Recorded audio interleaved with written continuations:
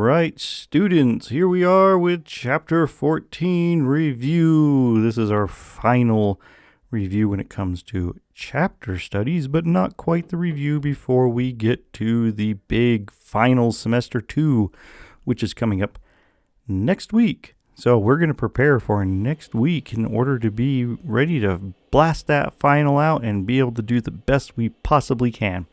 So let's just quickly run through this. That way, if you want to, you can sit there and play this in the background while you're sitting around so it can get burned into your skull forever and ever and ever. All right, let's just start off here. Okay, when the southern states seceded, they created a country called what? They called their little new country the Confederate States of America. We often just call them Confederates, Rebels. So, Johnny Rebs, a lot of different names for them. Okay, the South started to secede after Lincoln was elected president. What did they believe Lincoln would do to cause them to secede? Why, that would be him and the Republicans would pass laws to forbid slavery. That's why they decided it was time to go, because they wanted their right to keep property, i.e. slaves. What was the name of the 24 states that did not secede? What do we call them? We called them the Union. Technically, yes, they are still the United States of America, but we refer to them in the Civil War as the Union. When we talk about the military, we call them Federals. What was the different about border states that the rest of the state, and what was different about the border states than the rest of the states in the North? I really hate how some of these questions are worded, and I'm going to reword them over the break. They were slave states, yet they shared much in common with the North, so they sided with the North. At the beginning of the war, what was Lincoln's purpose for fighting? It was not to free the slaves, as many people believe. Instead, it was to preserve the Union. Preserve the Union.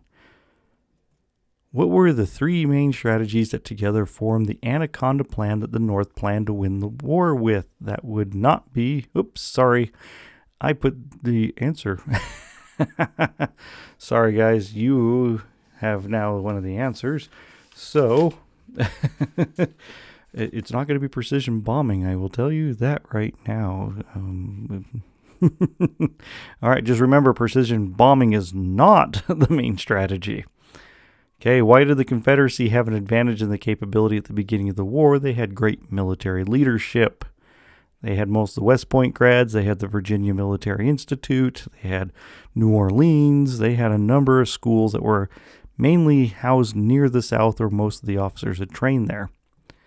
Okay, which Confederate general gave the South an advantage at the beginning of the war? That would be Robert E. Lee, man famous for being able to split his forces, keep reserves, and be able to outflank and outfight the Union.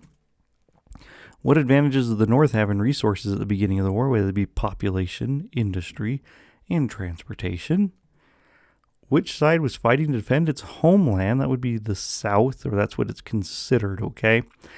The book sometimes phrases things that I don't necessarily agree with, where it says fighting for their homeland, because technically the Confederacy was not recognized by anybody but the Confederacy. So can you really call it their homeland? No. Could you say it was their homes or their territory? Yes. Homeland. What was the first major battle of the Civil War? That would be the First Battle of Bull Run. Remember that? First Battle of Bull Run. Why is it the first battle? Because there's more than one Battle of Bull Run. The Battle of Hampton Roads was the beginning of what type of modern warfare? That would be modern naval warfare. Really interesting thing that my father sent me. My father is also a historian. He ran into plans and details about an ironclad that they were designing in England in 1841. So pretty fascinating to see that it took about 20 plus years to really make a large-scale seaworthy ship. Lots of times the North was using armored steamboats on the Mississippi, but that's way different from having to design a ship that can actually leave port and sail on the open ocean. Which battle convinced both sides that this would be a bloody war? This would be the Battle of Shiloh. Still a very interesting and fascinating battle to read about. Really enjoyed the book I just finished about it. What was important about the Battle of Antietam? Well, that would be Lee tried to push into the North, and he was smashed by McClellan for the very first time and pretty much the only time, and was not able to make progress into the north, which eventually caused many of the European allies to not side with the South because they didn't believe that they had the ability to invade the north and draw the war to a quick conclusion.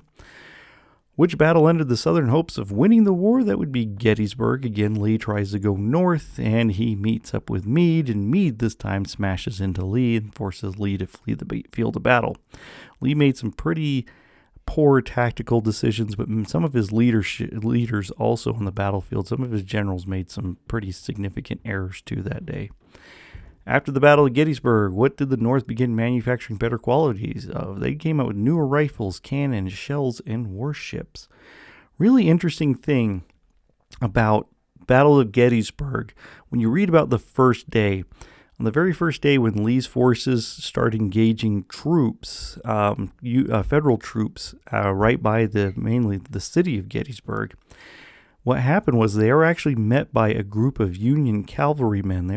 The Union cavalrymen were fairly outnumbered, but they had updated rifles like Sharp's rifles, which could put down a higher amount of volume and fire than what the Confederacy could bring, which allowed for them to hold the South mostly to that day, just solely based on having superior firepower based on different rifles. So, yes, technological innovation of weaponry really makes a difference in the Civil War. Why did some of the Southern governors refuse to assist the Confederate government in the war effort? Remember when we talk about the Confederate Constitution, yes, it was pretty well based off of the U.S. Constitution, but they gave the states a lot more rights, which means only the states were the ones that could raise up the money needed for taxation to run the armies. That's why you often, when you read about the armies, more often than not, they're based off of where they're at, like in a state, often because it's being funded by groups within that area. Which two Northern generals would become important leaders during the war? That would be General Grant and General Sherman. Grant would go on to become president, but both men were unafraid of taking casualties in the face of a superior generalship at time, and so they were able to basically beat down Lee. Sherman himself, on the other hand, he went through and tore up the South, if you guys remember us going over that yesterday. The loss of which major river to the north made it difficult for the South to fight the war? That would be the Mississippi River, Mississippi. That's how I've always remembered it. Lived by it, so they made me learn about it. Which event helped increase the motivation of the North? That would be the Emancipation Proclamation. It really helped motivate Republicans to back the war more vigorously. There were still a lot of Northerners, though, Democratic Northerners that backed McClellan when he ran against the president, who sought to just have peaceful conclusion of the war. Where did Lincoln force the Confederacy to fire the first shot of the Civil War, going all the way back to the beginning? Fort Sumter. When did Lincoln issue the Emancipation Proclamation? After the Battle of Antietam. Even though the battle itself in military terms is considered somewhat of a stalemate, it was enough of a victory that Lincoln really felt that he could finally present the Emancipation Proclamation. In a speech, Lincoln said the victory in the battle was a sign that the goals of the North would prevail. That would be the Battle of Gettysburg, which would be the Gettysburg Address.